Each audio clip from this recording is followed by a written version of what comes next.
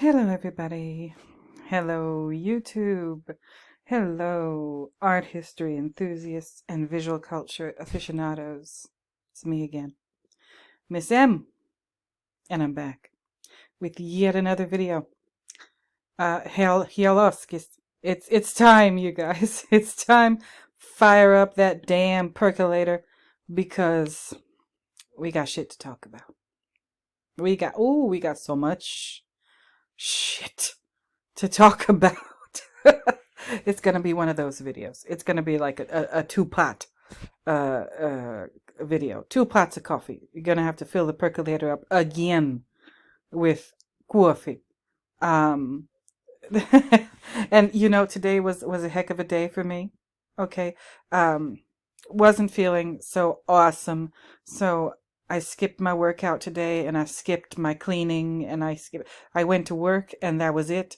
And then when I got home, I wanted to go work out, but my head and my sinuses and my shoulders and my neck said, "No, you're not, Miss Sam. You're going to sit your ass down and relax." And I thought I was going to relax. And then I said, you know what? Just because I'm not working out and dusting and mopping and whatever, I could still like make phone calls. And spent about an hour on hold today at one place, and I had to call other people. And plus other stuff, okay, to do on computer work, sitting on your ass work. Got a lot of that done, and I had a marvelous conversation with Mr. Gershom. Oh my goodness, we talked about everything and anything. Shining related, history related. It was marvelous. Even though my sinuses are still not where they're supposed to be, I might still have to take some Advil.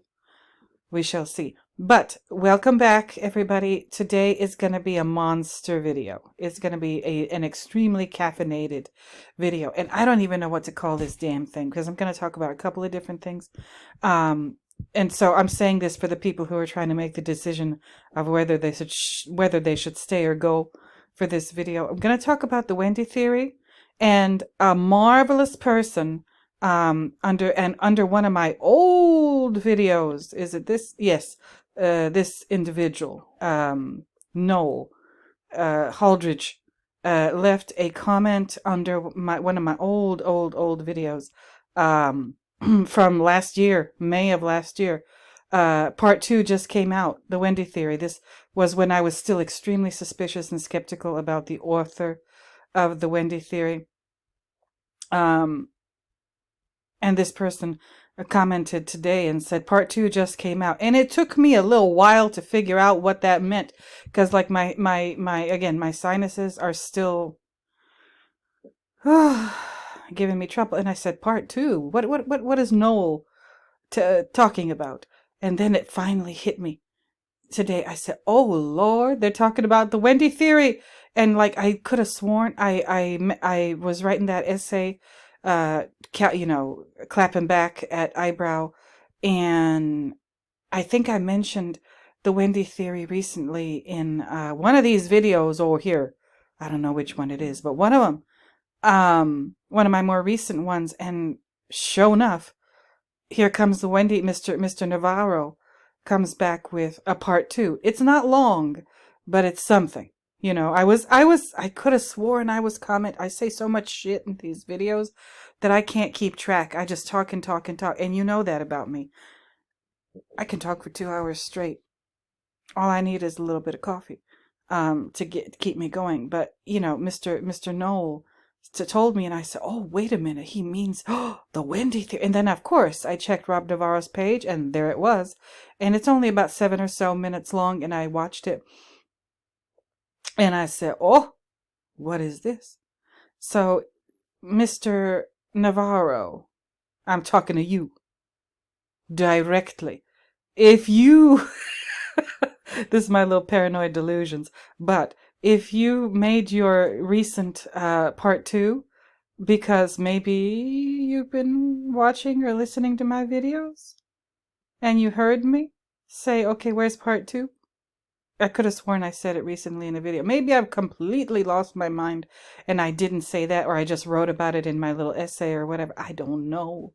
It's all scrambled in my head. But if I did say it in a video, and Mr. Navarro, if you've been watching, thank you. You know, if you're paying attention to my stuff, thank you. It would be awesome if you'd subscribe. Or maybe you are subscribed and you're just private. I don't know. But thank you. I appreciate it. And Mr. Navarro, you know, again, if you're still wondering whether or not you should stick around for the entirety of this video, it's going to be long. But Mr. Navarro, regarding Eyebrow and all of your other detractors, don't worry. I got you. I will avenge you. All these people. This is what this video is going to be about. I'm going to talk about not so much the Wendy Theory, because I actually want people to go watch it, and you know, if I don't want to give too much of it away if you've never seen it before. So go watch the Wendy video, the Wendy Theory video, because there's something to learn there, and watch part 2 as well. But I'm talking about, you know, I'm going to go after Eyebrow today, and I'm nothing personal, Eyebrow. Just like you said in your video, why the Wendy Theory is bad. This is, you know, you well, not just like, but what did you say? This is not personal. This is just business. This isn't necessarily just business for me, because I'm not monetized, Eyebrow. And a lot of the people making the dozens of half-baked conspiracy videos, or the dozens of bad videos about the Wendy Theory or The Shining in general that you so disdain, it's not business for them either, because they're not monetized either. Okay? So I'm getting petty right away. Getting real snarky right away. It's gonna be fun. So make your decision whether you want to stay or go. That's up to you. Let me do my church announcements, and then let's get into it, because I have a lot to talk about. We're going to talk about the Wendy Theory, in particular, the people who don't like the Wendy Theory. And in my mind, their main representative is Eyebrow. That's what we're going to talk about. We're going to talk about The Catcher in the Rye, because I commented under the part 2 Wendy Theory today, and then a wonderful person, I think the author of the Dorothy Theory, commented, replied to my reply, and that got sent me on a journey. Okay, I was on the phone. I was on hold on the phone, and while I was on the phone, I was chatting with Gershom and looking all kinds of stuff up online. Oh, it was a fun day. I'm going to talk about The Catcher in the Rye and how, yes, it fits in with my Manhattan Project theory. Yes, it does. But you're going to have to watch the whole thing to find out how. And again, me and Gershom had the most wonderful conversation. And he turns out to be a Catcher in the Rye scholar. This dude, Gershom, you know The Catcher in the Rye inside and out, backwards, forwards, sideways. Yes, you do. And he told me some stuff that shed some light on a lot of the stuff that we see in The Shining. So, you know, I'm going to give Gershom his credit. That's what we do here. We don't plagiarize. When we get ideas from somebody else, we give that person credit. We shout that person out. And that's what I'm doing. And we're going to talk about the song, Midnight, the Stars and You, because I had a commenter comment under one of my videos. I'm going to show you their comment too, that didn't get published. I don't know what the hell YouTube did. They ate the comment. They just devoured it. And you know, it's gone, but it's still in my email. And it was a good comment, and it got me to thinking about that song at the very end of the video that's playing during the you know, the 1921 photo. Oh, we're going to talk about a lot. It's going to be, like I said, you're going to have to make 2 pots of coffee. So get into it. Let's get ready. Let's go.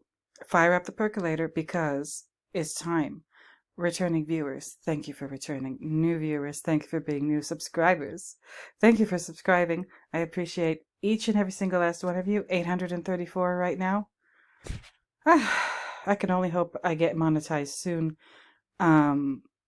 Because again, it's not about the money, it's about the recognition, and it's about feeling like you did something. Unfortunately, in this world of ours that we live in, this awful world, you feel like you're not really doing anything unless you're getting paid for it.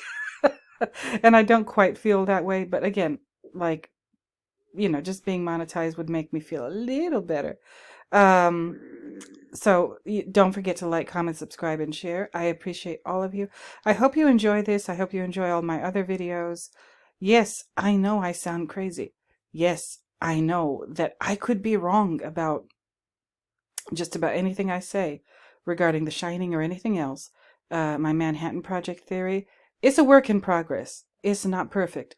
Um, I got some stuff today that is that I believe is additional evidence that supports a little bit more, gives a little bit more support to my Manhattan Project Shining theory. So that's going to be the Catcher in the Rye stuff and the song, the Midnight, the Stars and You song. So let's get into it. So what are we talking about today? What did I say? Oh, here, I'm going to shout somebody else out. Delta Builder. Delta Builder, also known as the wonderful person who does this website, The Shining Sets, a digital reconstruction. And I have I have shown this website so many times in my videos. And I just finally found out today, because I'm stupid, I just finally found out today that this individual is following me on Instagram, and we chatted a little bit on Instagram today. Please, please, please, please subscribe to the Delta Builder channel. They've got 408 subscribers, so I guess they're doing okay. But they need more, because this person has dedicated so much time, so much effort, so much of their own talent and strength and everything into making these wonderful digital reconstructions here on this website, and their videos. Go ahead and look at their videos. They did Durkin's garage. Oh my goodness. Here goes Durkin's again, the interior of Durkin's, the gold room, the Colorado lounge, several different videos about the Colorado lounge from all these different perspectives. This person is dedicated, and they deserve much more. They deserve to be monetized, just like I believe I deserve to be monetized. So go ahead and check that. Subscribe to their channel. Go to their website. I don't know if you have like a sign up thing for your website. I just clicked on the kitchen. Oh Lord, isn't this magnificent? Look at this. Look at this. Now, there goes the radiator. And all of this stuff, please go and check out their stuff. They're a marvelous resource for people like me. Oh gosh, this is the inside of the walk-in pantry. Oh, how perfect. Perfect. Oh gosh. Yeah, go. I've featured this person's website and their work so many times in my videos. They deserve recognition. They definitely do. So go do that, okay? While you're making your coffee, go subscribe to Delta Builder. And and just watch all the videos. All the videos. They're good. They're very good. And it makes you feel like you're there virtually in the Overlook, or whatever space he's working on in these videos, or his or his posts on his, I assume it's a his, I could be wrong, website. Okay, so now that we got all of that out the way, here we go. This is it. This is the Wendy Theory. This is the website, not the website. This is the video itself. The Wendy Theory. This finally explains The Shining by Rob Navarro. Okay. Should I link to this in my description? You know what? Why not? What the hey? I'll link to this. I'll link to Delta Builder's website again, and the Wendy Theory. Now, this is what started it all. This is 2 years ago. This started a revolution, in my opinion. It started a revolution and a chain reaction, in a catalyst, if you will, in the Shining community, the online Shining analysis community. And I was talking to Gershom today, and he said, when he was talking to Dr. Luke, hey, Dr. Luke, if you're listening, that they were talking about it, and they said that they wanted my opinion about stuff, because most of the people who analyze this movie, whether online, whether in video form or essay form or whatever, they all seem to be men. Not all of them. There's Julie Kearns. But, I know what you mean. Yeah, there's a lot, and there's nothing wrong with that. But I know some of my commenters are female who, we're a little different. Women who are into The Shining, women who, are into analyzing this movie. So Luke said he wanted to hear a female perspective. Okay, well, here it is. Okay, it's very wordy. We like to talk, us women. But anyway, the Wendy Theory. Okay, go watch this. It's important. And then today, the Wendy Theory part 2. All right, more evidence. Now this is 7 minutes and 50 seconds, but it is worth your time. It is worth your time. There's not any huge revelations in here. Okay, but it is worth a watch. There's my comment. And this is the person who I think is responsible for the Dorothy theory, QWZ 180. And then there's Tankard over here. Go check him out too. So many awesome people with their own ideas. And a lot of them are really quite original ideas and insightful and whatever. Go watch their videos. Go look at their stuff. Because that's the point of all of this. People having ideas. People thinking. This isn't, in my opinion, this isn't about, I mean, yeah, we're trying to solve a mystery, but the thing about solving a mystery is, even if you don't succeed in solving the mystery, in the process of trying, you're going to learn a lot. You're going to learn a lot. Like, we've been talking about, nuclear fission lately. Not that I understand it, but that's where The Shining took me, as far as learning and information.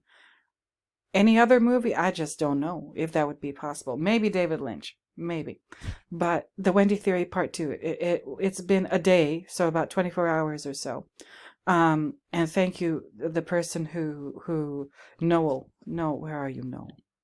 There you are, Noel Haldridge. And if Noel Haldridge, look him up. I assume that Noel is a male name, or is it Noel? I'm not sure. Go look that person up. Thank you for letting me know about this. The Wendy Theory is powerful. Even if you don't agree with it, which I don't 100% agree with it. I do not.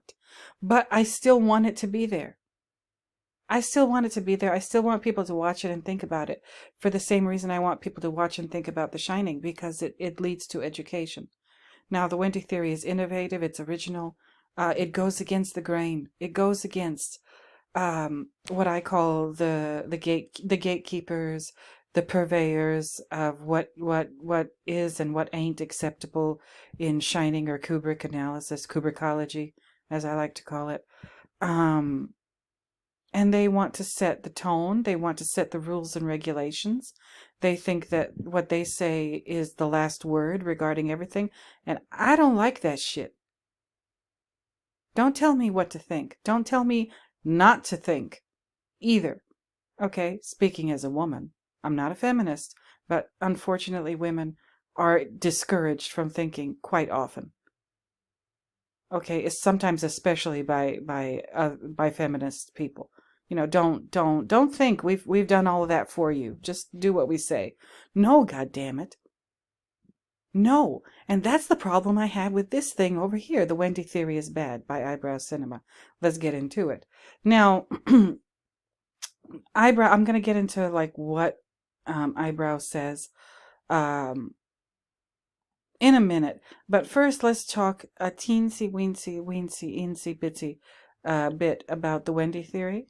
Okay, or the Wendy Theory Part 2. I'm trying to get it like centered, but it just disappears immediately on the thing. What is the Wendy Theory about? And I'm not gonna, like, you're gonna have to go watch it yourself. But the Wendy Theory challenges just about everything you've heard about The Shining, or read, or watched in a video. Because the prevailing theory that the gatekeepers and the purveyors and the arbiters, as I call them in my essay, they all say, Jack is the villain. Jack is the one and only villain in The Shining. And everything that you don't like when you see or watch the movie, it's Jack's fault. And the Wendy Theory kind of turns that upside down and says, no. I'm paraphrasing liberally. But the Wendy Theory says, no, don't worry about Jack. Look at Wendy. Ask the question, what's going on with Wendy? Does she have some kind of mental issue? Possibly, again, I don't know whether or not this is the case, but possibly something like schizophrenia, or maybe a multiple personality disorder, or she's just not in control of her own mind. Just not. And the Wendy Theory says there are clues in the movie that Stanley puts there, that to tell you, to point you in that direction, and to kind of reveal to you, like, yeah, Wendy's not playing with a full deck. She's just not. And one of the things that the Wendy Theory kind of focuses on is the continuity errors. Okay. Or like Tankard, Richard, likes to call them, and I call them errors because that's just the common lingo, but I like Richard's version better. He says they're continuity differences because they're not errors. Errors means that Stanley made a mistake, and I don't believe that Stanley does make mistakes. No. I mean, seriously. People say that he abused Shelley Duvall, which I don't. I also don't believe that. But they say it was because, particularly the scene in the Colorado Lounge where she's climbing up the stairs backwards with the baseball bat. And that scene was like 150 or so, or some ungodly number of takes, and that traumatized her terribly. A man who's going to do, I think he even broke a record for the number of takes of, is it that scene or some other scene? I don't know, in The Shining. And he broke a record for the number of takes. And I don't know if that record has been broken by anybody else since Stanley, for doing a scene in The Shining. That's the record. I don't know who keeps track of these things, but obviously somebody does. A man who's going to do, a director who's going to do that many takes to get a scene just right, like Goldilocks, just right. Yeah, he's not going to do continuity errors. He's not going to make, little mistakes like that. No, no, no, no, no. The set of The Shining, Elstree Studios, and whatever, the crew, everybody was probably like, I imagine it like Sergeant Hartman. He was probably like that, but maybe not as abrasive when he was doing, The Shining. He wanted everything under complete and utter iron-fisted control. I'm sure he was a very nice and personable individual. He knew how to talk to people to get what he wanted out of them. He knew when to be nice, and he knew when to be a little bit more stern. But no, this man did not make errors, and I'll show you why I don't believe that he made errors. He made continuity differences, as Richard Tankard of Tales calls it. And the Wendy Theory basically says one of the things it says is if the camera is approaching somebody but from behind, like their back is turned to the camera, then that's an example of Wendy's break with reality. Like, it's not really that person that you're looking at. It's Wendy's imagining of that person, a hallucination, or some kind of product of her diseased mind. Is that when you're approaching somebody from behind with the camera, and the continuity differences, the furniture moving, in the same room, like the Colorado Lounge. In one shot, you'll see the bare rug in front of the fireplace. In another shot, where's the bare rug? What happened? That's another example of Wendy's, I guess, what Richard and me called the unreliable narrator. And we're trying to figure out, is that Wendy, or is that Jack, or is that a bunch of people in The Shining? Who the hell knows? But basically, Wendy's an unreliable narrator. And the continuity errors, and again, the camera approaching a character from behind, such as Danny, such as Jack, that's how Kubrick signals that what you're seeing is from Wendy's perspective, and not the reality in the world of the movie, the reality as it's set in the world of the movie. That's basically, in a nutshell, the Wendy Theory. And in its own way, it's brilliant, because it causes you to really pay attention, to the furniture, to a bunch of things. I can possibly thank the Wendy Theory for what I think of as my discovery about the air vents in the Colorado Lounge. Like, that's a huge continuity difference. Um, I don't think anybody, I mean, I'm not bragging, but I don't think anybody's ever talked about that before me. The vents, the HVAC vents in the Colorado Lounge. The Colorado Lounge doesn't have, as far as I know, as far as I remember, it doesn't have any radiators. It has that big ass fireplace and the air vents. But you know, I did a video about that already. So it's not a matter of whether or not I agree with the Wendy theory. Uh, it's a matter of the Wendy theory is, I believe, essential to unlocking further analysis about this movie in directions where the gatekeepers, the purveyors, the arbiters refuse to allow it to go and try to block people from allowing it to go in any direction other than the ones that they've approved. Now, who are the gatekeepers? Who are the purveyors? Who are the arbiters of shining analysis?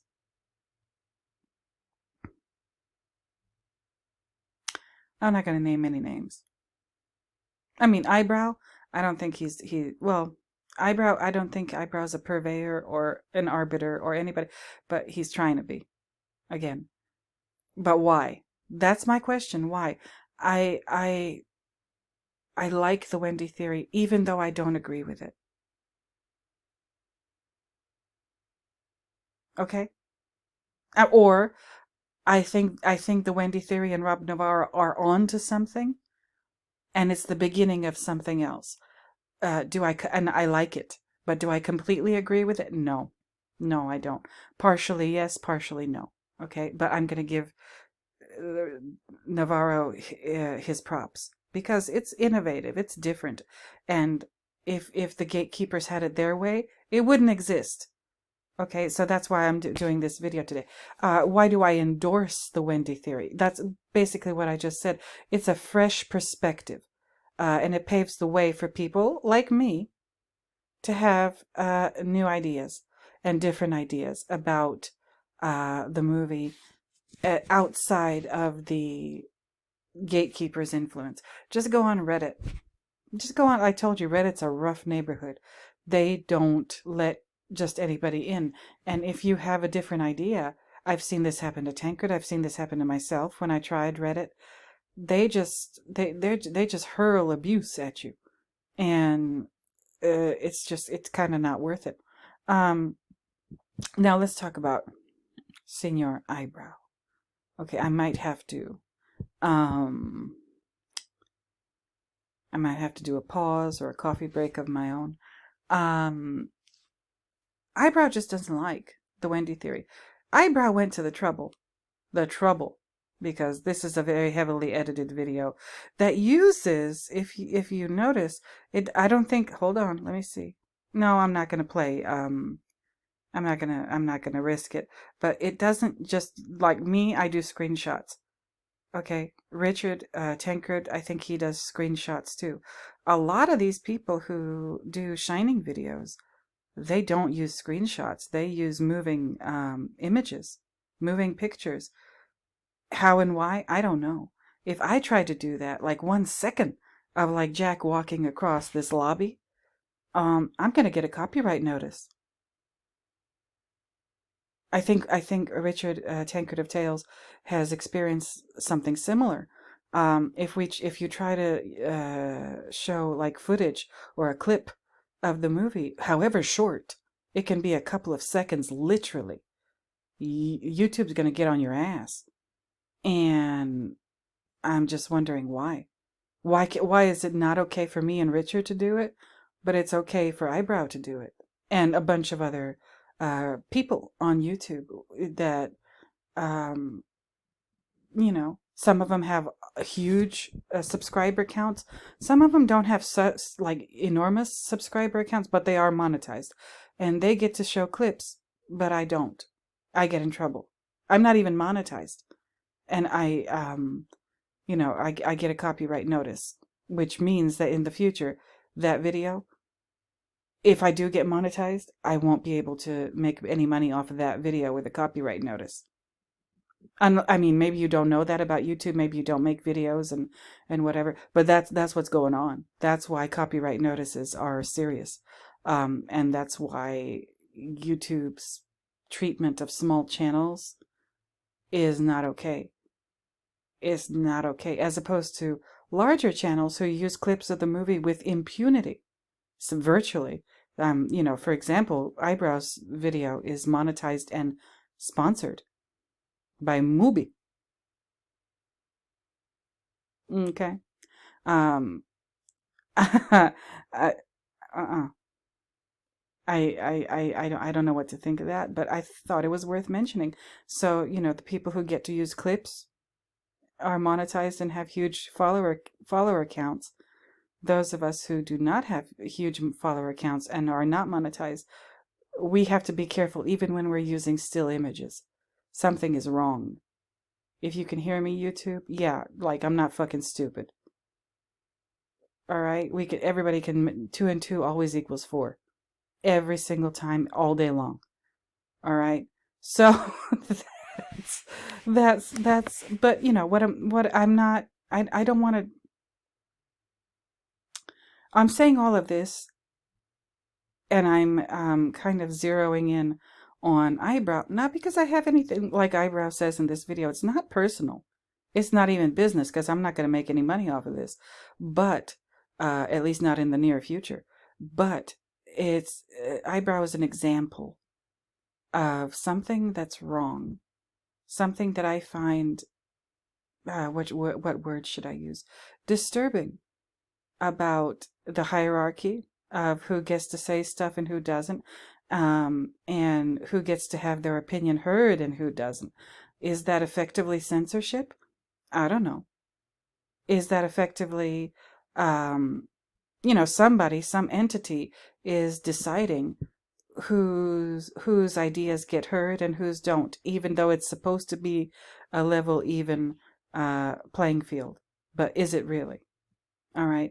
And now Eyebrow has the nerve. Again, nothing personal, Eyebrow. I don't mean to insult you personally. I'm just insulting your ideas. Okay? I think that's fair game. You put them out here.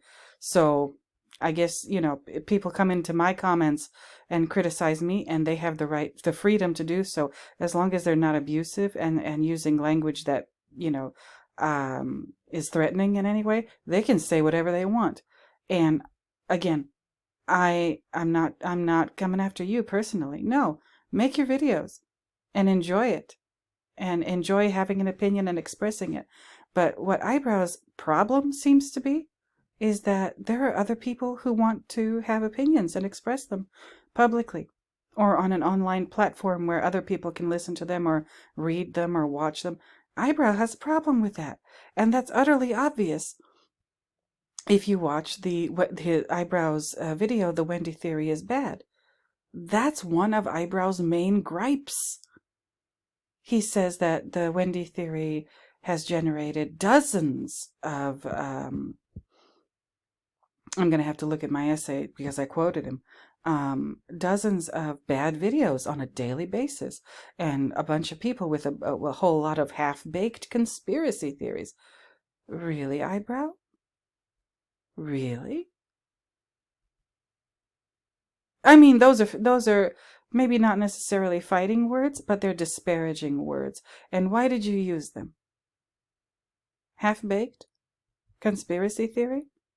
Bad videos? You listen, Eyebrow. What makes you think your video is good? Just because it's monetized and sponsored by Mubi? Is that your only criteria? Is that it? And I mean, those half-baked conspiracy theories, they've been around for a long time. The moon landing stuff, that predates the Wendy Theory, like by many years. That's not the Wendy Theory's fault, Eyebrow. And I don't subscribe to that. No, Vivian Kubrick went on record and said no, her father didn't do anything like that. And to me, that's gospel. If Vivian said that, then that's that. Period. Okay. But the half-baked conspiracy theories came way before the Wendy Theory. Okay. So, and Eyebrow goes into a couple of different areas that just don't make no sense. Okay? They just don't make no sense.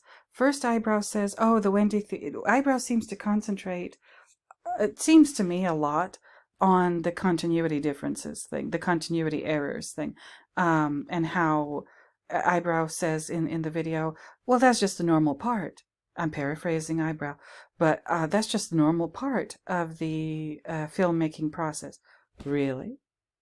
Continuity errors are a normal part of the film. Okay, maybe I don't know whether or not they're a normal part of the filmmaking process, and that they mean like nothing. Those continuity errors that are a normal part of the filmmaking process, whether you're dealing with Stanley or whatever other filmmaker, they mean absolutely nothing. They're just like whatever. Okay, fine. What else? Oh, and then Eyebrow talks about surrealism, of all things. I mean, seriously, seriously. Now I'm kind of looking at my off camera, so to speak. I'm looking at my essay, and I about this here. So I might have to pause to go through this. Now, again, Eyebrow focuses on the continuity errors and says they mean nothing. However, in the same video, later on, Eyebrow comes back and then does a complete 180 and contradicts his own self and says, oh, well, the continuity errors maybe do mean something, but it's not what the people or the person who did the Wendy Theory says it does. It's what I say it is. What? Really? And the continuity errors, first, they don't mean anything, and they're just a normal part of the filmmaking process, and they don't need to be focused on by film analysts. And then Eyebrow later says, "Oh, the continuity errors. You know, if they were intentional, it's not to tell us that Wendy Theory. You know, there's something up with Wendy and her mental state. No, it's the ghosts. It's the supernatural stuff in the hotel. Wait a minute, Eyebrow. Hold on now. Well, you got to pick one. You can't do both. I am so sorry. You can't do both. That's why it's hard to take Eyebrow seriously. Eyebrow contradicts himself in such a magnificent way. It's absolutely royally kind of disturbing, the contradiction. And the assumption is that you're going to take that contradiction, or maybe not notice the contradiction, or just take it seriously as a viewer, just because he says so. That's a problem. That's a problem. At the same time, you're telling the other people not to think, but then you go ahead and you think, and you tell us what you think, and then you tell us that you're right because you're you, and the rest of us are not you. Huh? Excuse me? No, it doesn't work that way. It just doesn't work that way. And then Eyebrow makes a comparison that I found absolutely nutty. He compares he says, he mentions Rene Magritte, The Treachery of Images. Okay, and that's a surrealist work of art. As you can see, it's used as the prime example on the Wikipedia page about surrealism and surrealist art. Ceci n'est pas une pipe. Okay, The Treachery of Images by Rene Magritte. Now, the problem is when Eyebrow talks about this, he says maybe just like this is. I don't know if I'm direct quoting, but it's pretty close. Eyebrow says, just like in Rene Magritte's Treachery of Images, just like this is not a pipe, which is what Ceci n'est pas une pipe means. Just like this is not a pipe, in The Shining, this is not a hotel. So Eyebrow says that, hold on, let me check my notes. Okay, here it is. Yeah, Eyebrow says regarding the pipe and its relation to him analyzing the Overlook Hotel and The Shining, he says the same way that this is not a pipe, this is not a hotel. Okay. Okay, all right, wait a minute now. And then he says that Kubrick, what he means by just like this is not a pipe, this is not a hotel, is that Kubrick merely seeks to represent the real rather than reproduce it. Oh my God. Wait a minute, hold on now. The problem with what Eyebrow says about Magritte, surrealism, the pipe, the hotel, whatever, is that he thinks that by saying that he's disproving the Wendy theory, because this is all based on this video here, or why the Wendy theory is bad. But we're going to talk about her in a little while. But if Eyebrow really understood surrealism or surrealist art, he would never use it as an example to disprove anything that the Wendy theory has to say. Because if you're going to use the argument that, essentially the argument that Stanley Kubrick was a surrealist filmmaker, oh no, you would never do that to disprove the Wendy theory, because that actually fits in with Wendy. And the ideas behind surrealism have a lot to do with psychology and Freud and Jung and stuff like that. Let me read you a little bit about the surrealism here, just to give you a quick idea. What it we've all heard of it. We've all heard of it. It's kind of like a household thing at this point in history. But surrealism is a cultural movement that developed in Europe in the aftermath of World War I, in which artists depicted unnerving, illogical scenes and developed techniques to allow the unconscious mind to express itself. Again, the unconscious mind, where do we get that? Basically from Freud. Freud was a huge influence on surrealist artists, whether it was Salvador Dali or Dada, which is a different movement, but also Dada lasted exactly as long as the First World War, and then after the First World War, it kind of like fizzled. And then surrealism was a product of the aftermath of Dada and the ideas of psychology or psychoanalysis at the time. Again, Freud, Jung, stuff like that. And that's why they mention the unconscious mind, because the unconscious mind is the product, or the source of the images, or an exploration of the unconscious mind is the source of the images that you see a lot of in surrealist art. And it has a lot to do with language, linguistics, wordplay, just like in the treachery of images. I think I've talked about it on this channel before. It's okay if you don't remember or you didn't watch. You can go ahead and watch all my videos whenever you want to. But you can't have art without language. Language has a control over your human brain that you would never believe. Language is basically programming. If you were a computer, it would be like code or whatever it is that computer programmers do to make the computer or the hardware or the software or whatever work in a very specific way, the way they want it to work. Okay? And language is what does that. And all the different languages on planet Earth, they all have their own little kind of set of rules and regulations delineating the possibilities of reality and the real world and what's possible and what's impossible in the real world. I think a good example is we have onomatopoeias, which are words for the sounds that animals make. And we have them in English, we have them in the languages spoken in Europe. In English, a cow says moo, a dog says woof, a cat says meow.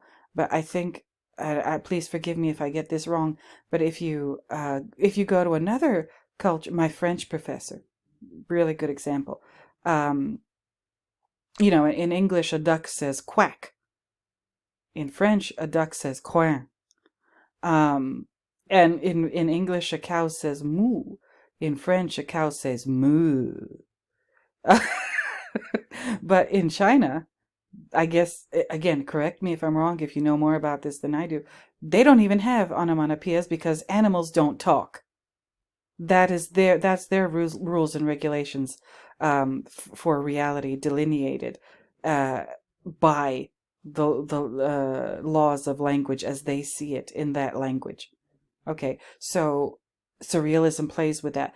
So when Rene Magritte puts a picture of a pipe and says underneath it, it writes, "This is not a pipe," it means this is not a pipe because it's not real, and or whatever idea you might have about what a pipe is or means or whatever, an image could never encompass all of that. Do we agree with Magritte? I don't know. I don't know. Please bear in mind that this painting by Magritte and any other artist or filmmaker or author or whatever on planet Earth is that person's opinion. Whatever work of art you're looking at, anywhere on planet Earth, is a result of that person's opinion, as a result of their own background, their own education, their own life experiences, etc. And you don't have to agree with it. And or, they might be wrong.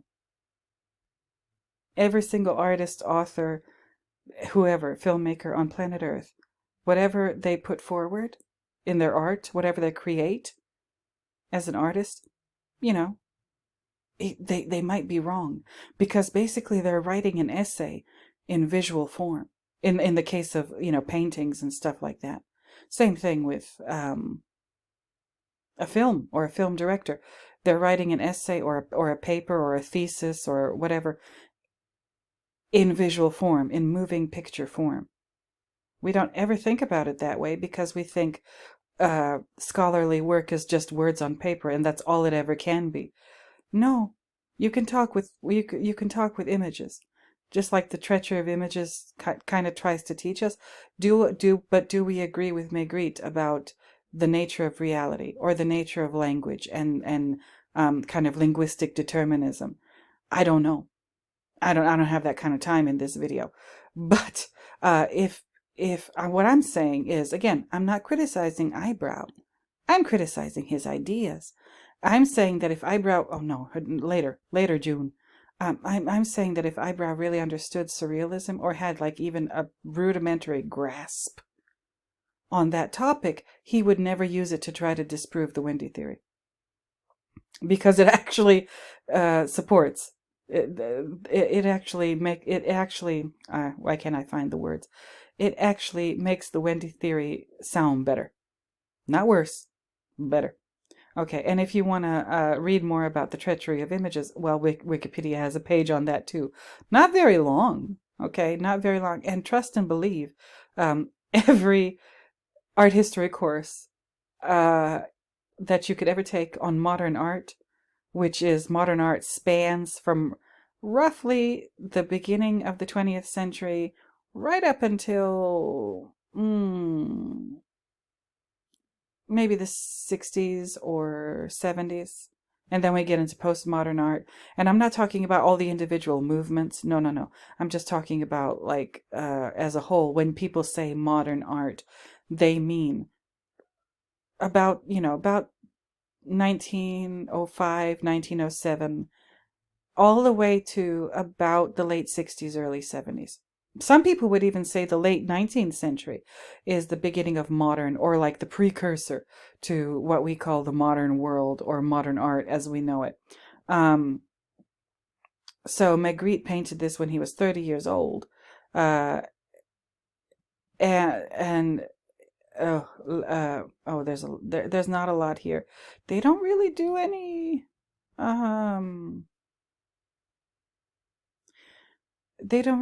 analysis here. They just quote Magritte. Okay, that's fine. And it's from 1929. Again, this is firmly in the time period of surrealism. Again, what, like I said, you could go ahead and look at this on your own. I don't have that kind of time because I have a lot of stuff that I want to cover. It says here the aim was, according to Andre Breton, to resolve the previously contradictory conditions of dream and reality into an absolute reality, a super reality, or surreality. It produced works of painting, writing, theater, filmmaking, photography, and other media. I think Le Chien d'Andalusia, or by Salvador Dali, and I can't forget I can't remember the other one, Salvador Dali and the other dude, where the woman's eyeball gets sliced open. If you've heard the Pixies song Debaser, that's what it's about. That, I think that's a surrealist, like, experimental art film. Um, it says here, works of surrealism feature the element of surprise, unexpected juxtapositions, and non sequitur. Okay, cool. It also mentions pure psychic automatism. Okay. Listen, there's a lot to think about and talk about with regard to surrealism. But another issue is with regard to Eyebrow. He says, just like this is not a pipe, this is not a hotel. Okay. So what the hell is he trying to say there? Is every movie that features a hotel a surrealist movie?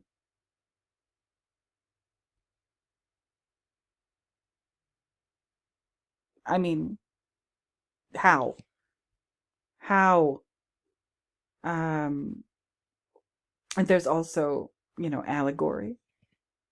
Is that what Stanley's doing? There's a good chance that Stanley is using allegory, which is the depths of allegory are limitless. They're like, you could do a lot with allegory. Just look at Greek mythology. Just look at, the Bible. Look, especially the New Testament, which we're going to talk a little bit about today, but thanks to Gershom. He really is a very knowledgeable person about, so many different things: history, the Bible, both.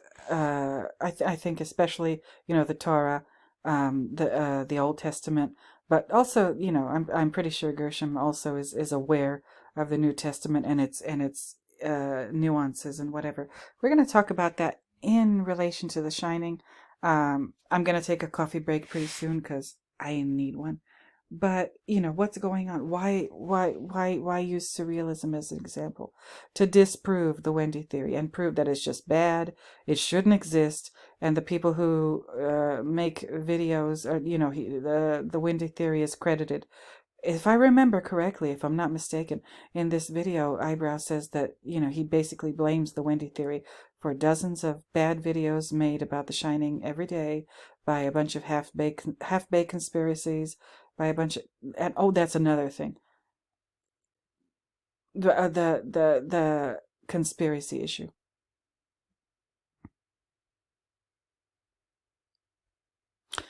Listen, people making films or videos about The Shining, analyzing The Shining, those are not conspiracy theories. Most of them are not. Absolutely not.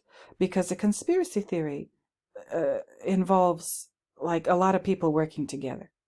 And they're all on the same page, and they all had a meeting and decided on what to do and where to go and how to do it and whatever. That's a conspiracy. It involves more than one person. That's the very basic definition of a conspiracy. Stanley Kubrick is one guy, or was one guy. May he rest in peace.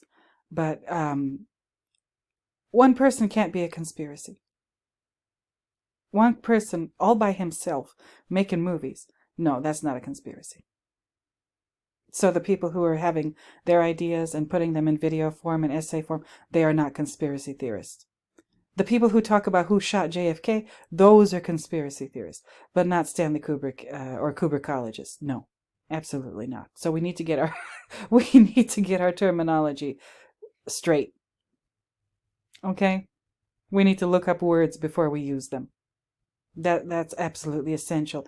And in today's world, you got your cell phone, you got dictionary.com, you got it all. You got thesaurus.com. You don't even need a copy of Roget's anymore like we did back in the 90s. No, no, no, no, no. You could just look it up. Google. Google will tell you. You just look up a word and it'll tell you, like, the old Middle English original meaning of that word. There is no excuse at this point in history with our technology to not be aware of the words that you're using. None. Absolutely none. You know what? It's time for my coffee break. I'll be right back. Hold on. Maybe it's time to fire up the percolator again. That's what I'm going to do. So I'll be right back, you guys. All right, I'm back. I had my little coffee break and I took some Advil. Hopefully it'll help. But so basically I'm kind of done with Eyebrow. I'm done. Maybe my, counter argument isn't the best ever. I know that. But I fully support my own right to say it here on YouTube. Whether it's half-baked, whether it's a bad video, it still has the right to exist.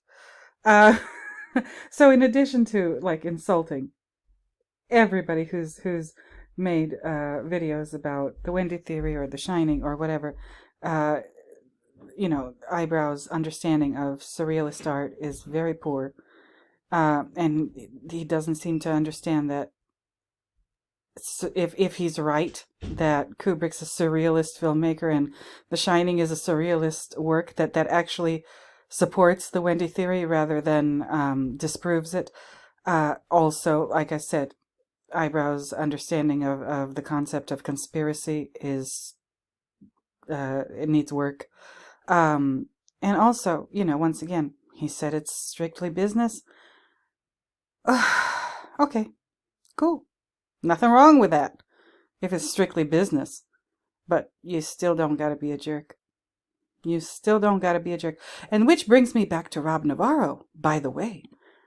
I'm pretty sure that Navarro's channel is not monetized. Again, I have no way of confirming that, but every single time I watched a video on this channel, I don't remember seeing an ad. Correct me if I'm wrong. If you've seen an ad while watching the Wendy Theory or any of the other handful of videos on the Navarro channel, let me know. But I don't remember seeing any kind of ads or commercials or whatever. So it's not strictly business. If it's nothing personal and just business for Eyebrow, it's not business for Navarro. They seem to be doing this for free. Check it out. 2 years ago, 7.73 thousand subscribers, 1 million views on this one video. And I'm just going to go ahead and assume, let me know if I'm wrong, that they haven't made one single solitary red cent off of this. So it's not business for Navarro. It seems like Navarro just wants to put out this idea and have people think about it and comment on it, and they wanted to start something. Rob Navarro wanted to start something, and he did. And it seems like they did it for free. 1 million views, that's at least a couple bucks in YouTube money, like Monopoly money, YouTube money. So it's not business for Navarro, it's business for Eyebrow, though. So I guess that's that. I guess that's that in the what I have to say about Navarro and the Wendy Theory is bad video. No, the Wendy Theory isn't bad. Just because you don't agree with something doesn't mean it's bad. That's just not how it works. You can not agree with something and you could be wrong.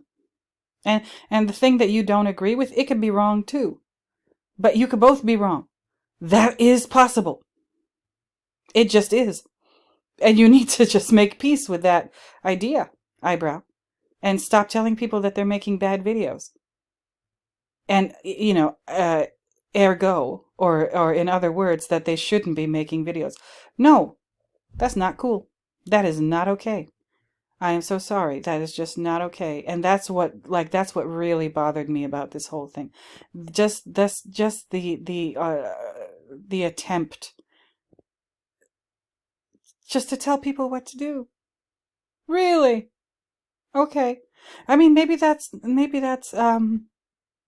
Eyebrow's real problem, or Mubi's real problem with the Wendy Theory. It pisses on their parade.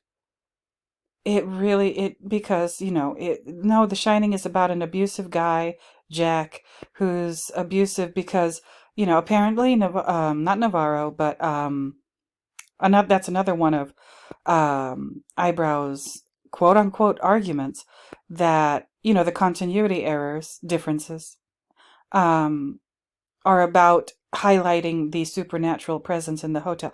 And my response to that is, what supernatural presence? How you know that there's a supernatural presence at the Overlook? Just because something looks like a ghost and acts like a ghost, and it can be, for all intents and purposes, described as a ghost in a work of art, a film, doesn't mean it's a ghost. I mean, is like I write it. I'm going to publish the essay for better or for worse. But Magritte's pipe. Is this pipe a ghost? Is this pipe in this image the treachery of images? Is this the product of poltergeist or something like that? What's going on? I don't believe that there is a supernatural presence in the Overlook Hotel in The Shining. I believe it's, whatever these characters are seeing, whether it's Wendy or whoever, it's a product of their mind. Okay, so surrealism doesn't disprove the Wendy theory. It actually strengthens it. No. So yeah, no, I don't believe that there are any ghosts in The Shining. I really don't. I really don't believe that anything we see is a product of a supernatural force. It's a product of storytelling, allegory, and exploration of psychology. An exploration of is like I've put up a bunch of different ideas in my videos. Is Stanley playing with that? The idea of psychology as it was put forth by people like Sigmund Freud and Carl Jung. Does he agree with them? Does he disagree with them? And is he stating his agreement or disagreement with Freud and Jung in The Shining? That I've asked that question in my videos before. But according to Eyebrow, I shouldn't be allowed to do that because that's a half-baked conspiracy theory. Okay? No. And with regard to the issue of continuity errors, also known as, now we've coined the term, Richard coined the term differences. If you ever wondered whether or not Kubrick kept track of that kind of thing, he sure did. I talked with Gershom today, and Gershom says that there are actually in that big ass expensive Taschen book, that costs like a cool. At the time it cost like a cool 1,500. That there are actually continuity photos taken by somebody who was in charge of handling that kind of thing, in The Shining. And that it's that big ass book that has to do solely with The Shining. Yeah, there was a continuity person on The Shining. Her name was June Randall. Here's her bio. June Randall was a British script supervisor whose career spanned over 5 decades and more than 100 film and television productions. Okay. She was most noted for being director Stanley Kubrick's continuity girl on A Clockwork Orange, Barry Lyndon, and The Shining, and for her work on 5 of the James Bond films: The Spy Who Loved Me, A View to a Kill, The Living Daylights, License to Kill, and Golden Eye. Okay. So, she had a long-standing partnership with director Stanley Kubrick, whom she met during pre-production on his film A Clockwork Orange in 1970. She agreed to work with Kubrick not only on that film, but on Barry Lyndon and The Shining as well, despite, oh Lord, here it is, despite the director's notorious compulsiveness and perfectionism.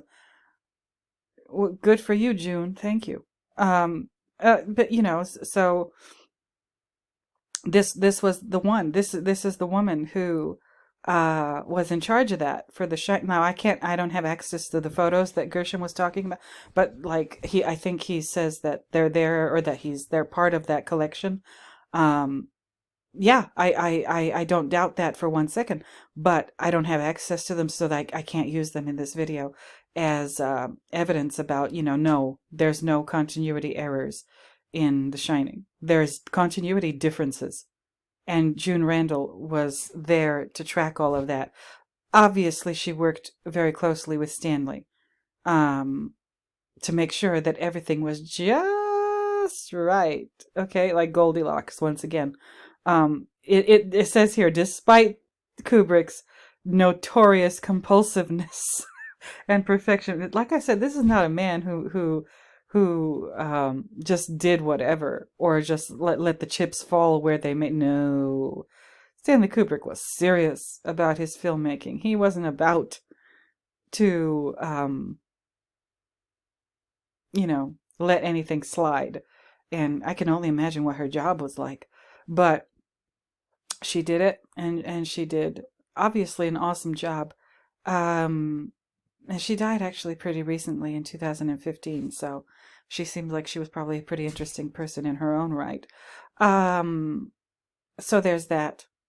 Okay, let's not I don't think I've put the continuity issues like to rest with this, but no, he did have somebody keep track of that. That's the point of this.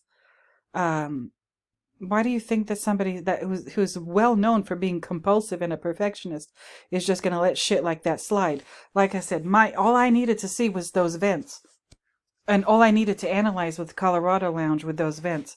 There's plenty of other examples, and Navarro's latest video, the Wendy Theory Part 2, talks about some of those examples that they didn't, Navarro didn't put in the Part 1, the original Wendy Theory, because they could be explained away in other ways. They could, one example in this, I want you to watch this, but they pick up on something that I picked up on when I was doing this part of the movie in my Understanding series, when Wendy and Danny are going into the maze, they run past, the sign, right? The sign, look at, I talked about this. I don't remember which part it was, but I know I talked about this. They're walking past the maze and towards the hotel when Ullman is giving them a tour. And this sign and the drawing of the maze is here in this shot. But later, look at this, when Danny and Wendy are running past it, where'd it go? They moved it all the way over here. Okay? There's the left side of it. They moved, like, really? And why Navarro didn't include something like that in Part 1, he explains in the video, talks about Ullman's briefcase, talks about something else that I wanted to mention. The typewriter. Oh, I'm going to talk about this typewriter pretty soon, so you all stay tuned for that. Also, what did I think one of the first things they talk about is the pool table. The pool table in the, like, right behind the Colorado Lounge. Okay, and how, again, Navarro, bravo, because I didn't notice this. In this scene, like this hole in the side of the pool table where you go collect the balls, is facing the viewer in this scene. In another scene, it's not. So Navarro, very astutely observed that. What does it mean?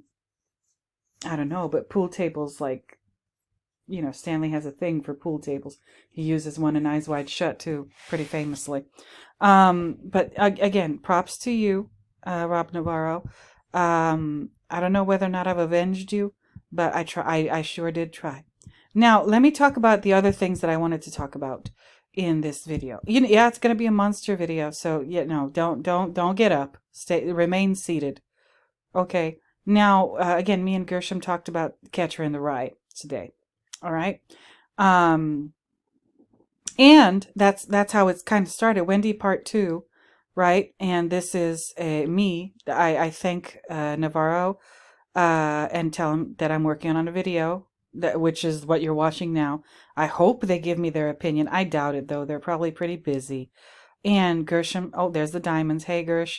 And then QWZ180 replied to either Gershom or myself or both of us and said, I'll read this because this is what I do. I read things.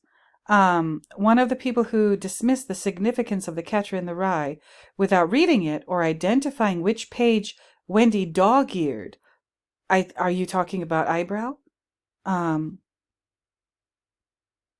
Maybe not, because I don't mention Eyebrow in my comment. But are you talking about Navarro? QWZ 180? I'm not sure. But it doesn't matter. Your comment is awesome, and thank you for the comment. But anyway, one of the doggy, I'll wager there is some lazy analysis out there. Lazy, maybe. QWZ 180. But again, it has the right to exist, in my opinion. um, One cannot understand Kubrick's symbolism unless they have watched the films he alludes to and read the books, The King's, The Shining in particular. You might very well be right about that, but part of the reason why I ignore King's novel is because of King's attitude. That he just, I can't take him seriously with that kind of attitude. He's just a sourpuss, and I can't do it. I just can't do it. But QWZ 180 continues and says, why is the Batwing door from the novel not in the film? Watching the first 20 minutes of Carson City, the film is playing on the TV in Boulder, explains it. I incorporated Carson City in one of my videos in What's on TV in The Shining. Go ahead and check it out if you haven't already. Why is the wasp's nest from the book absent in the film? Wendy's Western Yellow Jacket explains it. Okay. Why is Wendy reading The Catcher in the Rye? This part. This here. Why is Wendy reading The Catcher in the Rye? Unless you read the book and specifically the page Wendy is reading, you won't know. And I say thank you so much for mentioning this. It fits in with my Manhattan Project theory perfectly. And it does. That's not me exaggerating. It really does. And I thank QWZ 180 for pointing me in the right direction today. Because if it weren't for your comment, QWZ 180, I wouldn't have found what I found today. When I was, on the phone waiting for somebody to answer the phone, oh Lord, and doing my email work and whatever, researching things on and off and chatting with Gershom about all kinds of different things. I wouldn't have even thought to look at this. So I am very grateful, QWZ 180. Thank you, thank you, thank you. And this is what I believe that QWZ 180 is referring to with regard to the dog-eared page, The Catcher in the Rye. Now here is this. I found this video. 45-second video. And this has to do with Wendy reading The Catcher in the Rye. And the title of this video, it's by LC Cinema, The Shining. I found out why Wendy can see the bear man. Okay. Now, Wendy's reading The Catcher in the Rye. And I found something when I was reading the book. Okay, cool. Now, what they're talking about is, I want you to go, check out this person's channel too. Only one of the bear, this is from the book in chapter 25. And I think that maybe QWZ 180 is referring to this. Only one of the bears was out, the polar bear. The other one, the brown one, was in his goddamn cave and wouldn't come out. All you could see was his rear end. Well, okay, when Wendy's making her way up the stair, you know that scene. You know that naughty bear in the end of the hallway, in that scene where Wendy's looking for Danny in the hotel, and she sees something funny going on in that hotel room with the door open.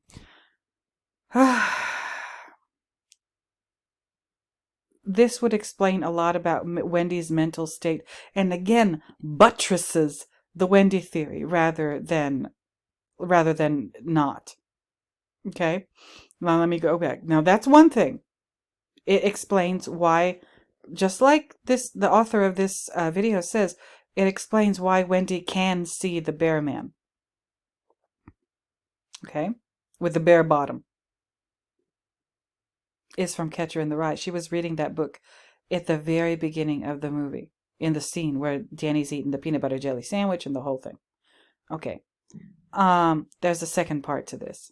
That is what has to do with my research in particular. Okay. Here it is. I'll just show you the quote. I do want you to watch this video. Catcher in the Rye, chapter 18. Maybe this isn't what QWZ180 is referring to, I don't know, because again, they don't, even though I credit them for pointing me in what I believe is the right direction for me, this might not be what they meant at all. So I apologize, QWZ180, if this isn't it, but it works. This works for me. Says here, The Catcher in the Rye, chapter 18. I'm sort of glad they've got the atomic bomb invented. If there's ever another war, I'm going to sit right the hell on top of it. Well, okay. All right.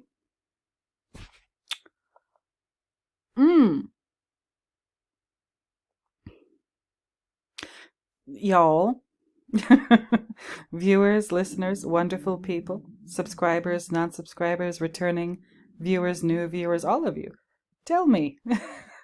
I want to know. Is this significant? Does this fit with my Manhattan Project? The Shining is really about the Manhattan Project theory?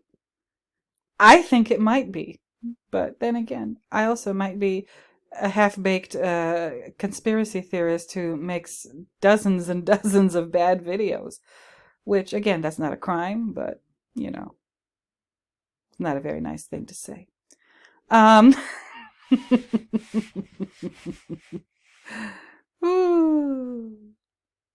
Is this Holden Caulfield talking? I'm sort of glad they've got the atomic bomb invented. If there's ever another war, I'm going to sit right the hell on top of it. I still maintain that Holden is not okay in the head.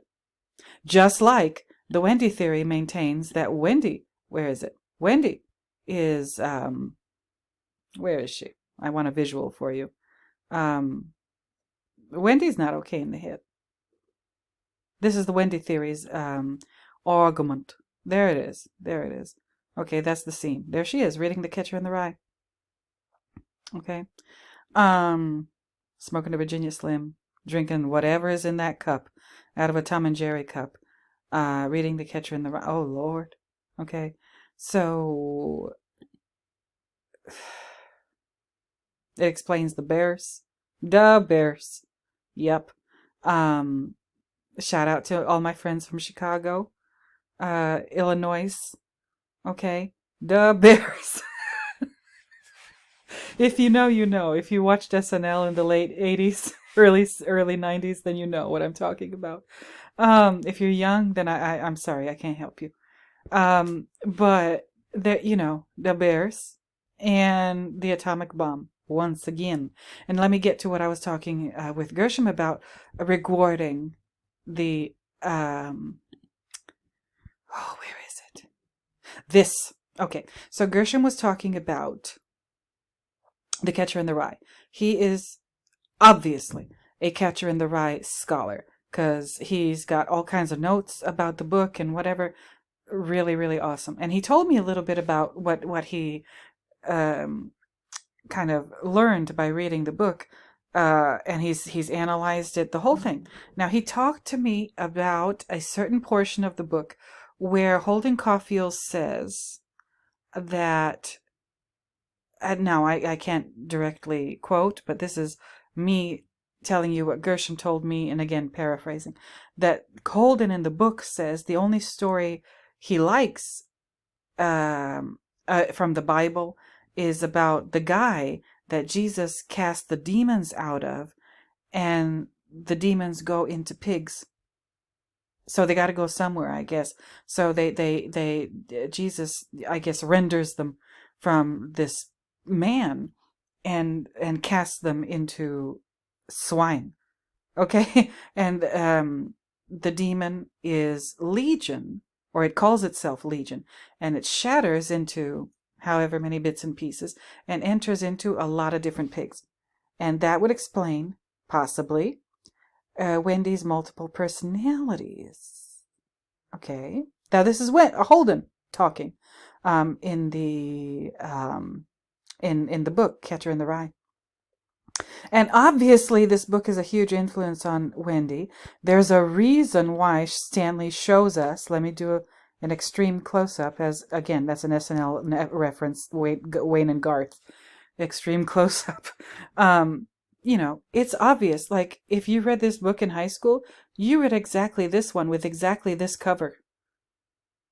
Even back in the day, like, a while ago in the 90s, if you went to the bookstore when they still existed, and got a copy of The Catcher in the Rye, it looked like this, exactly like the one that Wendy's reading him here. And it's not a huge book, as you can see. It's not War and Peace. It's not the Brothers Karamazov. No, it's much thicker than the Communist Manifesto, but much thinner than like Tolstoy or Dostoevsky. Okay, and she is engrossed in this thing. She hasn't even touched her sandwich. All right, and Danny's over there probably watching the Roadrunner and eating his little peanut butter jelly sandwich with his, what we now know, this thing next to the milk is a ray gun. Okay, I don't know why this spoon is there, because there ain't nothing here that you could eat with a spoon, but that ain't none of my business. Oh,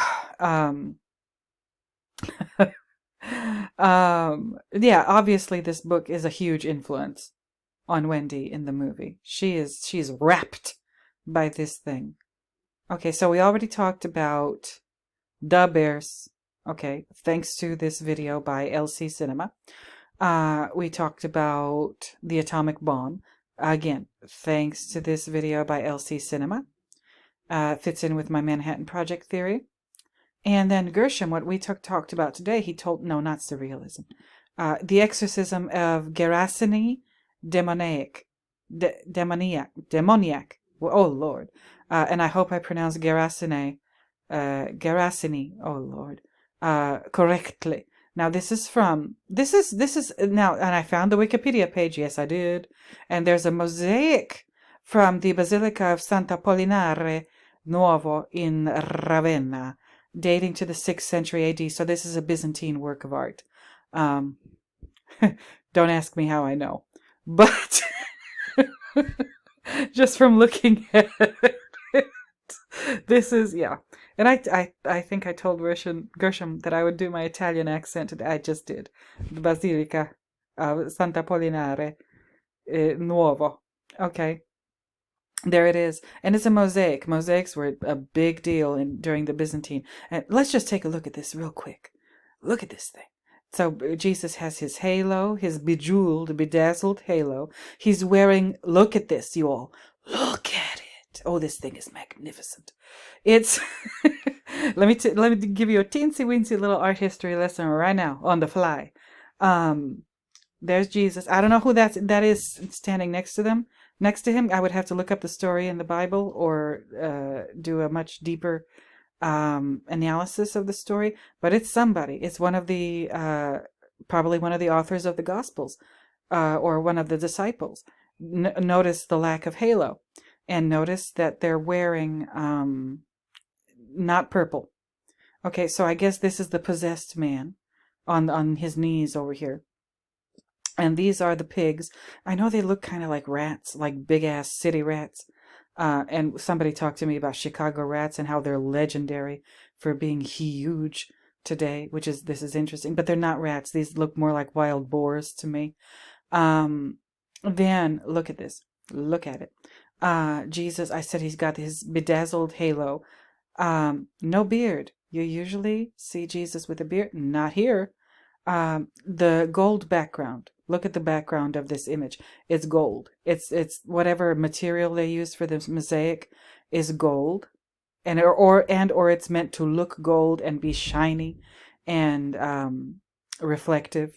Speaking of The Shining, and when you see an image from this time in history, whether it's the medieval or the Byzantine or even going into the Gothic, the Renaissance even, and you see a background that is gold, that means that the scene that you're looking at, as it's rendered by the artist, and for the location that it's in, whether it's a church, usually a church, or maybe not necessarily a church, but it's a religious image, obviously.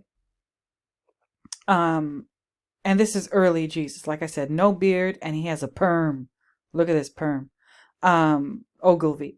They still sell it at the drugstore. Anyway, so the background is gold. What does the gold background mean? That the scene that you're looking at transcends space and time. That it is not limited by like us mortals, we're limited by space and time. Okay. A figure like Jesus, a biblical figure, is not. Because whatever you're looking at in a work of art like this, and look at the hierarchy of scale. Oh, see me and my tangents. Jesus is huge. The man who's possessed, teensy weensy. I know he's kneeling, but even if he stood up, he would be about here on Jesus, maybe up to his shoulder. That's called the hierarchy of scale, which means when you see in the work of art, the largest person, the tallest person, just the biggest person, is also the most important person in that composition. Anyway, like I said, the gold background means that what you're looking at is not limited by space and time. Why? Because it's part of God's plan. Everything that you read in the Bible, Old Testament, New Testament, all part of God's plan. Every single story, every single, everything. The Virgin Mary, the virgin birth, the Immaculate Conception, all part of God's plan. This scene with Jesus casting the demons out of this person, which I think that they don't even name this person, but I could be wrong, the one who's possessed, all part of God's plan.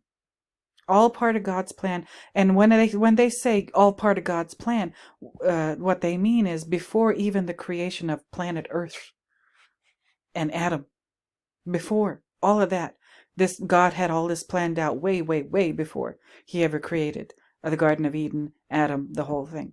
Okay, now that's one thing. Also check, like I told you about the halo. Okay. And look at Jesus's clothes. We usually, especially because of the movies and maybe modern Christian art, we imagine him in like this white garment. And no, look at this. This is purple, the royal purple. Okay? This goes back to biblical times, and I mean Old Testament times, because this purple was reserved for royalty. And Jesus is royalty. He's the Son of God. Okay. His heavenly Father. And his earthly mother is also royalty. Mary is descended from who? Well, ultimately Adam, but David, King David. That's who she's related to.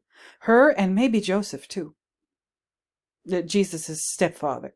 Okay, they maybe both of them, but for sure Mary is descended from David. It's called the Davidic line, and it was prophesied, allegedly, in the Old Testament that the Messiah, there's been a bunch of them, but in the context of Jesusology, the Messiah, as is fulfilled by allegedly Jesus, would be descended from what's called the Davidic line. And that's what Mary is there for. That's why she was chosen. Okay. And he's wearing the royal purple. And this dye that was used to make purple garments at this time in history, and definitely in biblical times, came from and I can't remember the name of it because I read so much stuff, but it comes from a shell. That comes from, near Israel. And the dye can either be like this purple color, or I think it also relates to the blue that you see in the flag of Israel. And it comes specifically from this particular shell, from this, what are they called? Mollusks or whatever that live in that area of the world. And they're harvested and processed and whatever to make this brilliant royal purple, or royal blue, it's also called, dye for clothing, reserved only for, at the time in history anyway, reserved only for royalty. They didn't have synthetic dyes at the time. Absolutely not. But, so these colors were reserved for royalty and to help them stand out from the crowd. Okay. In addition to something like a crown and or what do they call this? A halo, and what else is it called? Is it a nimbus or something like that? But here it is, right? And this is Jesus casting out the demons that are going into the pigs, and the pigs are it looks like they're in the water, like swimming away. Yes, pigs can swim. They can't fly, but they can swim.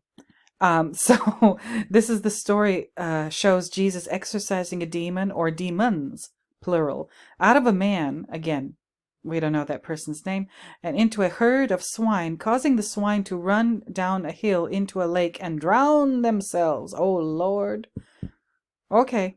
The story appears in the 3 synoptic gospels, but not the Gospel of John, which is interesting. The John is possibly also the author of the book of Acts, and possibly also the same John is the author of the book of Revelation, John of Patmos. But that's a different video for another time. All accounts involve Jesus exorcising demons, identified collectively in Mark and Luke as legion. Okay, so this story appears in Matthew, Mark, Luke, but not John. A lot of the art that you see, whether it's Renaissance art or whatever, comes from the Gospel of Matthew. Like, I think, if I'm not mistaken, like Leonardo da Vinci, The Last Supper, a lot of that comes from the Gospel of Matthew. Okay. The story was interpreted by Saint Augustine of Hippo and Thomas Aquinas to mean that Christians have no duties to animals. Okay. Don't tell that to Saint Francis of Assisi. It has been a point of contention in discussion of Christianity and animal rights. Okay. So, like Luke told me, that's basically repeated here. Jesus cast out the demons from this person, this man, and they are gone into what looks, according to the art, several pigs. All right, and the pigs go and drown themselves. Okay, and that in turn, this is Holden Caulfield's favorite part of the Bible. Remember, that's why we're here. This is the only Bible story that Holden likes, is about the guy that Jesus cast the demons out of. Now, are these real demons, or is this just like mental illness, multiple personalities, schizophrenia? I don't know, but it could very well explain, like the Navarro theory puts forth, there it is, the possibility of Wendy's multiple personalities, or just her breaks from reality, or her unreliability mentally. Okay. And that would also explain, I don't know if Navarro shows us that in this, here it is. Well, I'll just show you this. Remember? Right before Jack busts through this door, he says, little pigs, let me come in. Not by the hair of your chinny chin chin. So I'll huff and I'll puff and I'll blow your house in. And we all wondered why. And me too, before the conversation with Gershom today, I wondered why the hell did Jack, allegedly Jack Nicholson ad-libbed that. It wasn't originally part of the script. He just said that when they film him from this direction. The little pig, the big bad wolf thing. We all wondered why he said that. Well, now we have a better idea. Y'all. We have a better idea of why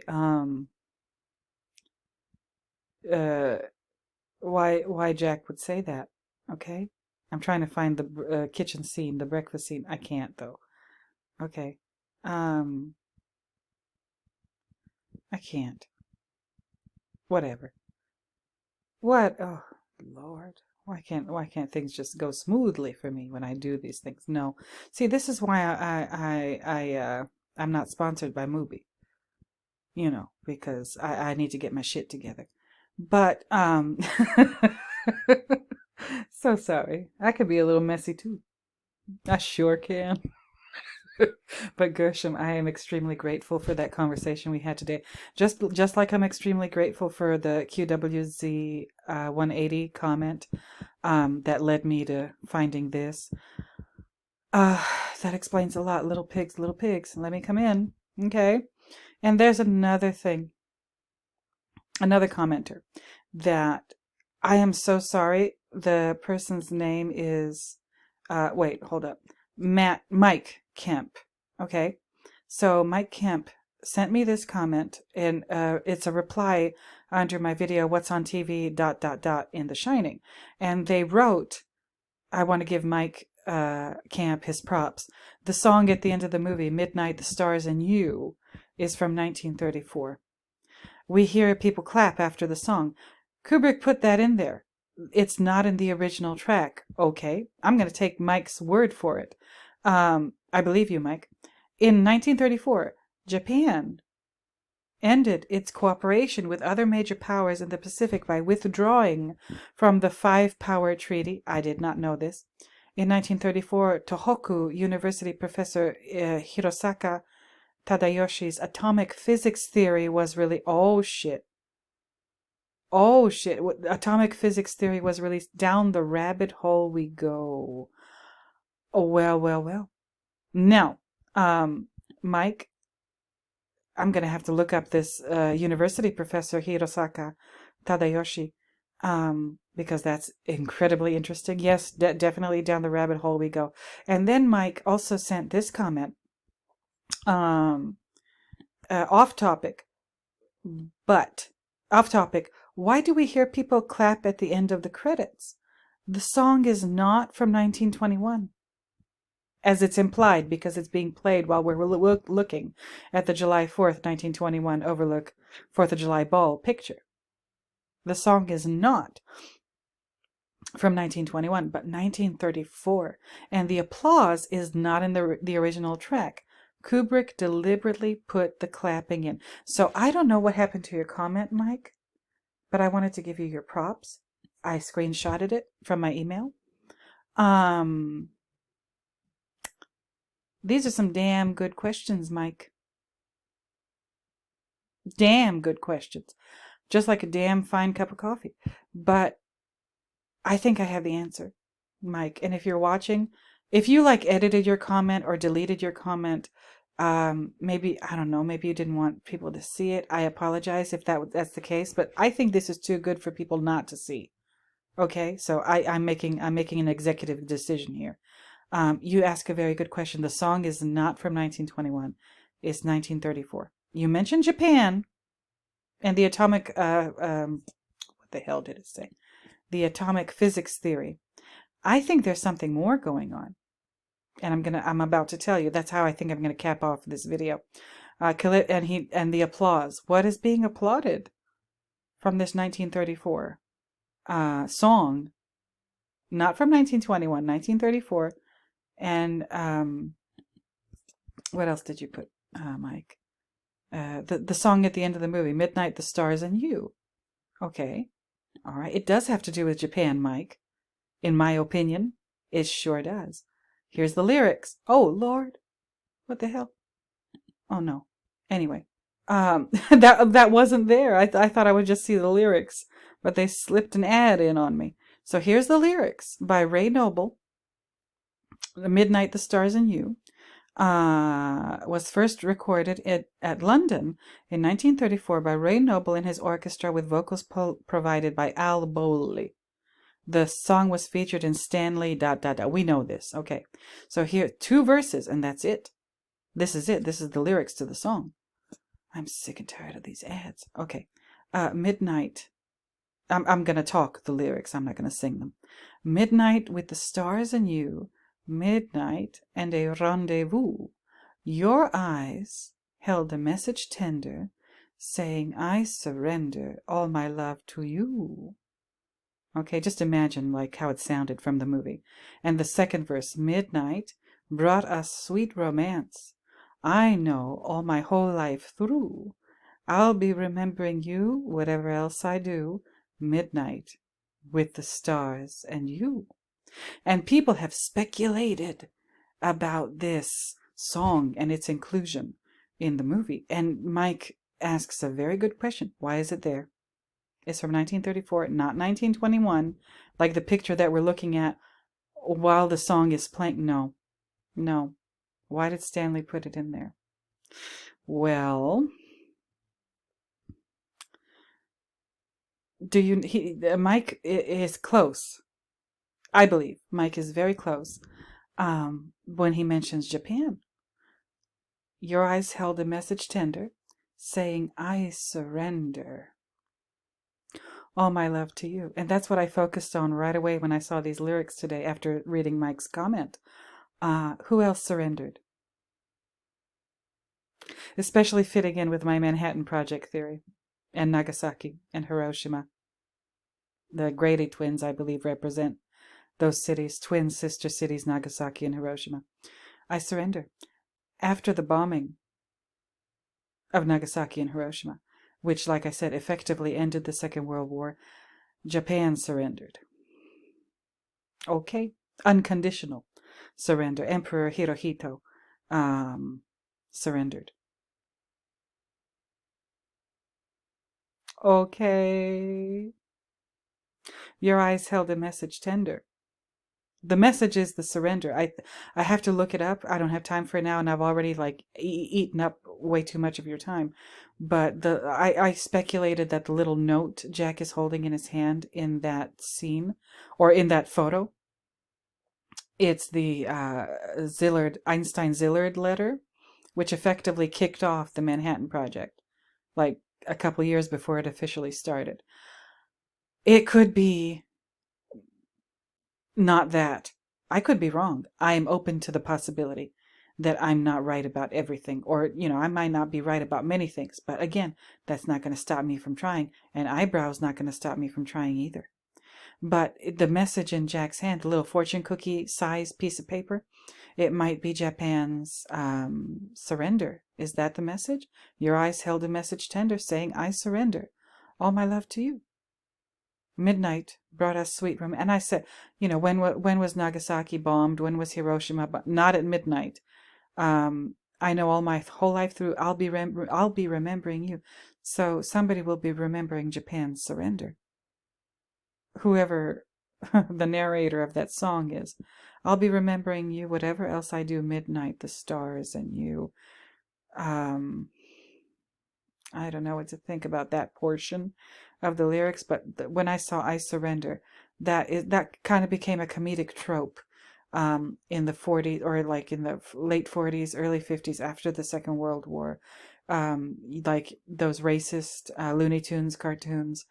There is one that is pretty darn racist. It was on the internet. I watched it like years ago, and I think it featured Bugs Bunny. It was called Tokyo Jokyo. And you can hear like a lot of cartoon characters from that time saying I surrender in like an exaggerated kind of Japanese accent. Where, the Japanese accent, when they speak English, they can't pronounce the R, or a hard R sound. So when they say surrender, it's the R part sounds more like an L. I'm not going to imitate it because that's just wrong.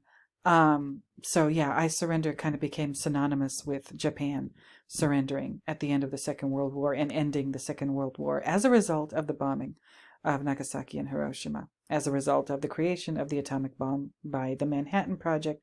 Okay, one more thing, and then I'll let you go. I said, I surrender all my love to you. Your eyes held a message tender saying, I surrender my love to you. Okay, that part, I think I got it. Japan's surrender. Midnight, though. I said midnight, did they bomb the cities at midnight? No.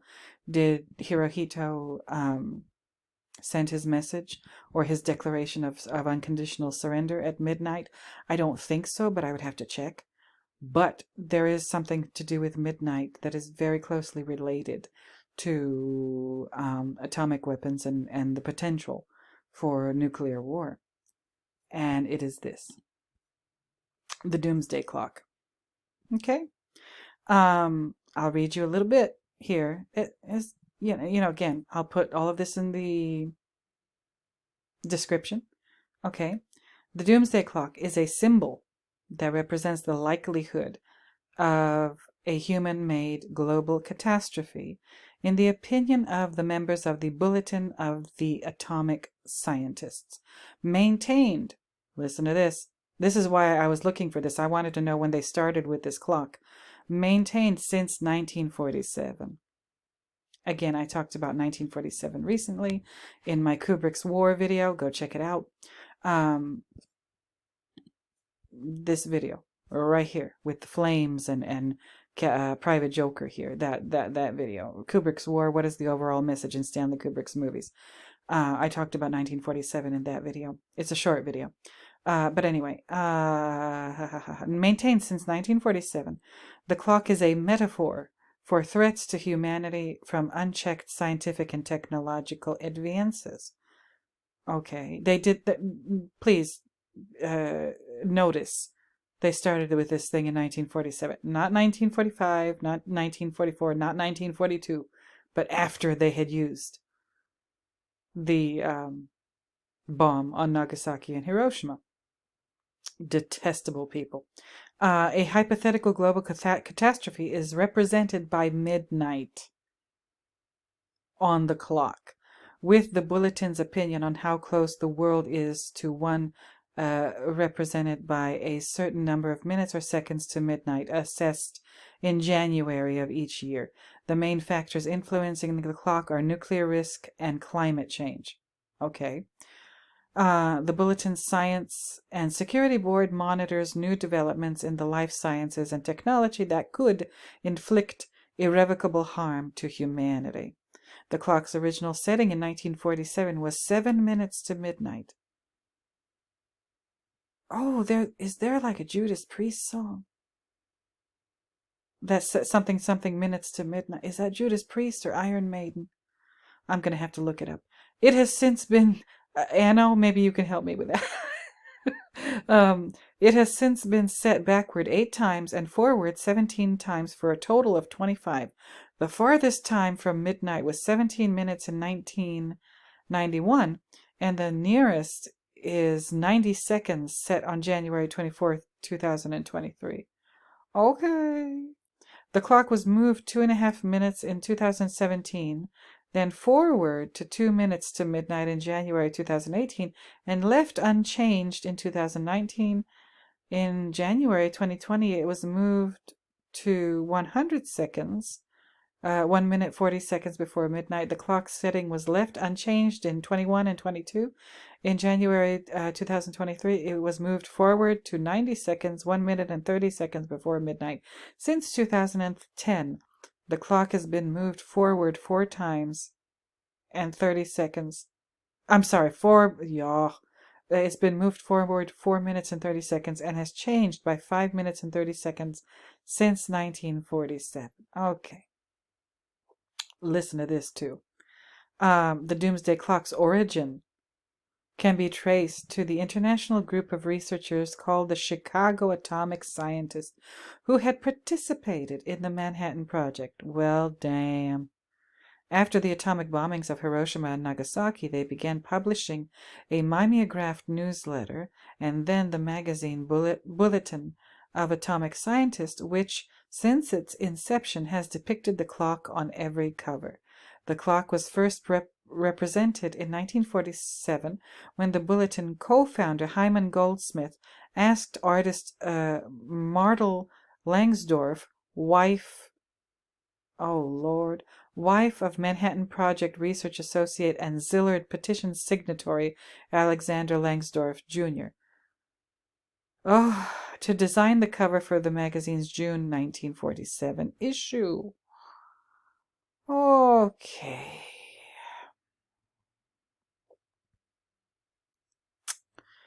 So the same people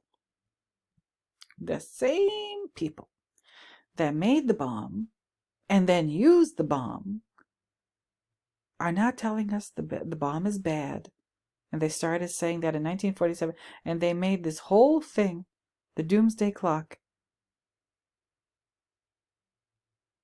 to warn us about the dangers of nuclear weapons. Again, after having invented and used them. Really?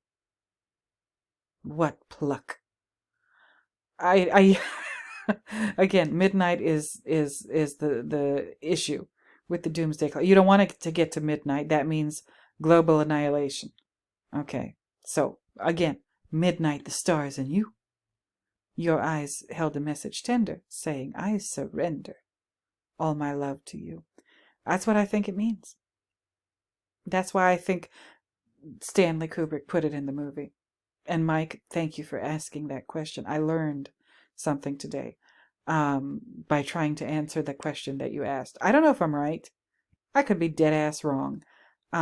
And I could be dead ass wrong about everything I say, but I still have the right to say it, whether I'm monetized or sponsored or not.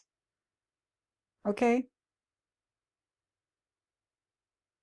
So, I've been talking for almost 2 hours. I don't know whether I said a damn thing, but I hope I did. I really do hope I did. Again, check out shiningsets.nl. I'll leave it in the description.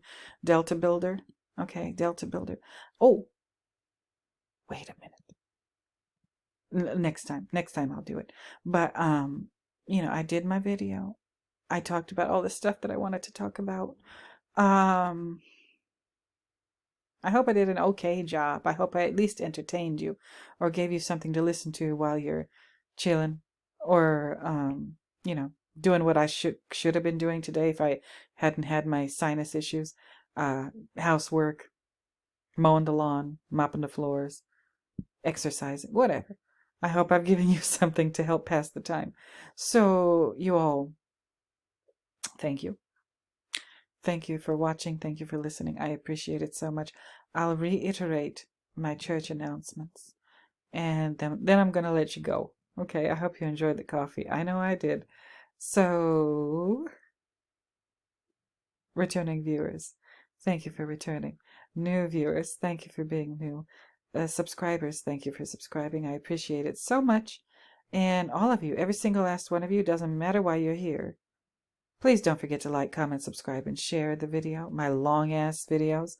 If you enjoy them, and if you know somebody who would enjoy them, please go ahead and share them.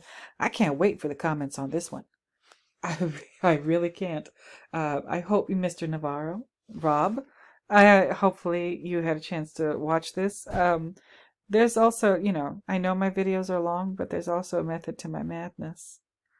If you stayed for this long, if you made it all the way to the end, thank you. You're a real one. Okay? I appreciate it so much. So I can't wait to read the comments. I love them all, good, bad, and everything in between. Please try to be civil. If you're rude to me, I'll just erase the comment and block you, and that's that. I'm not here to be abused. And that's that, you guys. I'm done.